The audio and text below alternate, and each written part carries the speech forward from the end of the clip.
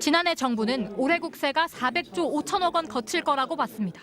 하지만 다시 내놓은 전망은 341조 4천억 원으로 기존 계산보다 59조 1천억 원, 약 14.8%나 적습니다.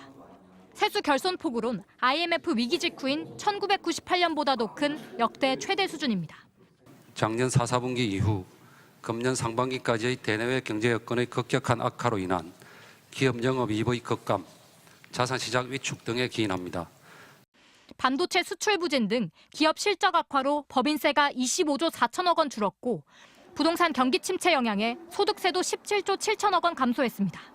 정부는 올해 GDP 대비 나라 살림 적자가 2.6%로 현 정부가 강조한 재정 준칙 기준인 3%를 지킬 거라고 봤지만 지출보다 세입이 크게 줄면서 3%를 훌쩍 넘길 게 확실시됩니다. 가장 핵심적으로 내세웠던 건전재정이었는데 실제로는 3.8%, 9% 나올 것 같거든요. 가장 중요하다고 생각했던 그 원칙을 지키지 못한 셈인데 대규모 세수 예측 실패는 올해로 벌써 3년째입니다. 2021년과 22년엔 각각 21.7%, 15.3%씩 더 거쳤고 올해는 반대로 14.8% 덜 거쳐 3년 평균 17.2%의 오차율을 보이고 있습니다.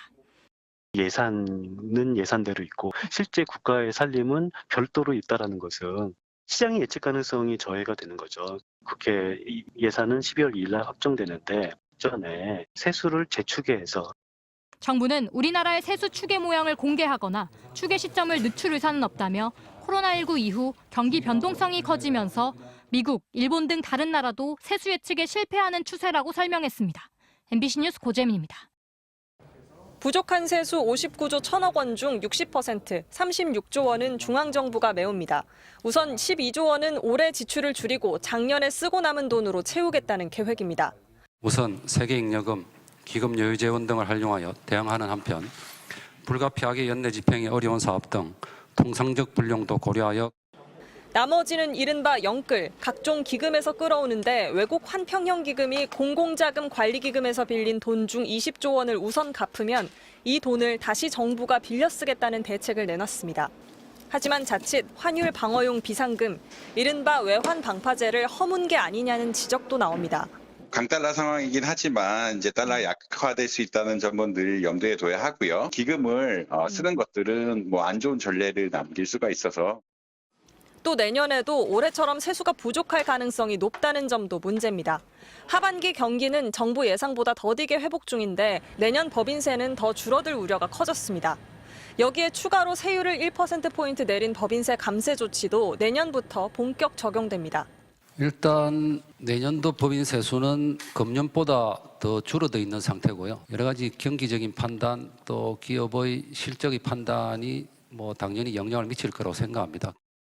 세수 결손의 40%, 나머지 23조 원은 지방정부가 메꿔야 하는데 당장 지자체와 일선교육청의 재정난을 우려하는 목소리가 나옵니다. 정부는 지자체와 교육청이 미리 쌓아둔 기금이 있고 통상적으로 당장 필요하지 않은 예산도 있어 문제가 없다고 설명했습니다. MBC 뉴스 김하영입니다.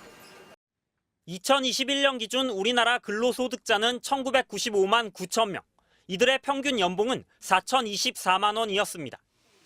5년 사이에 근로자 수는 222만 명이 평균 연봉은 664만 원이 늘어났습니다. 정부는 월급 받는 사람이 많아지고 급여까지 높아졌으니 내는 세금도 늘었다고 설명합니다. 많이 번 만큼 세금을 낸다지만 직장인들의 마음은 편하지 않습니다.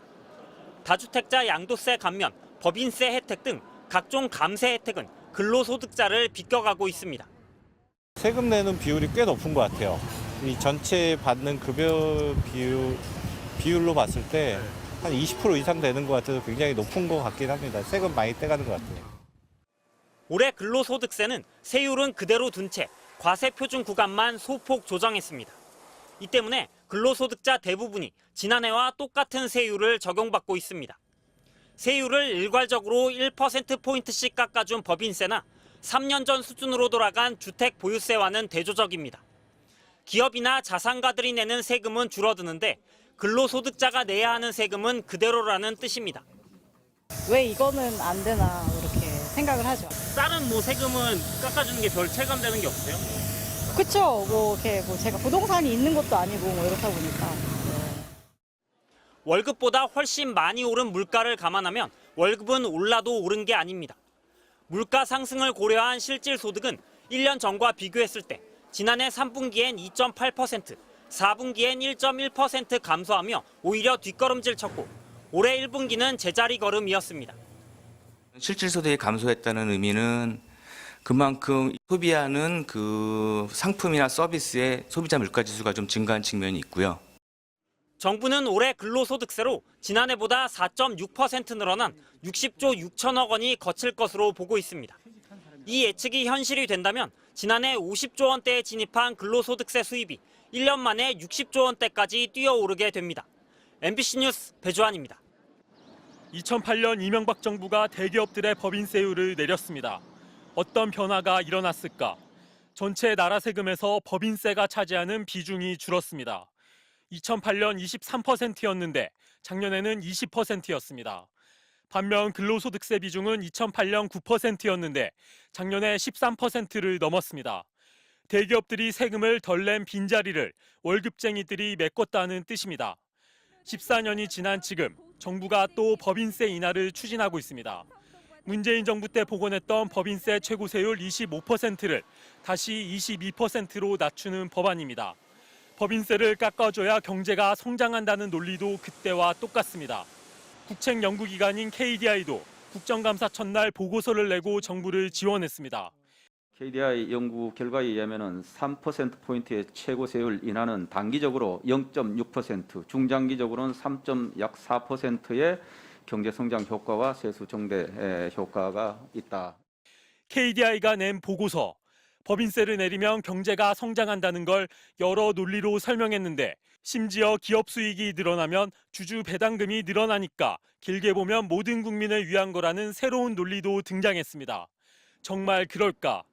우리나라 전체 배당 소득의 63%가 상위 1%한테 가요. 결국 법인세를 낮춰준 혜택은 상위 1% 사람한테 귀속된다는 거잖아요. KDI 원장은 지난 7월 홍장표 원장이 정부의 연구 중립성 훼손을 비판하며 사퇴한 뒤 공석으로 남아 있습니다. 유럽의 권위 있는 경제학회 유럽경제리뷰는 8월호에서 법인세 인하가 성장에 미치는 평균 효과는 0이라고 결론 내렸습니다. 실제로 지난주 영국은 경제 성장을 촉진한다며 대규모 감세 계획을 발표했다가 파운드화가 폭락하면서 결국 열흘 만에 철회했습니다. MBC 뉴스 이덕영입니다.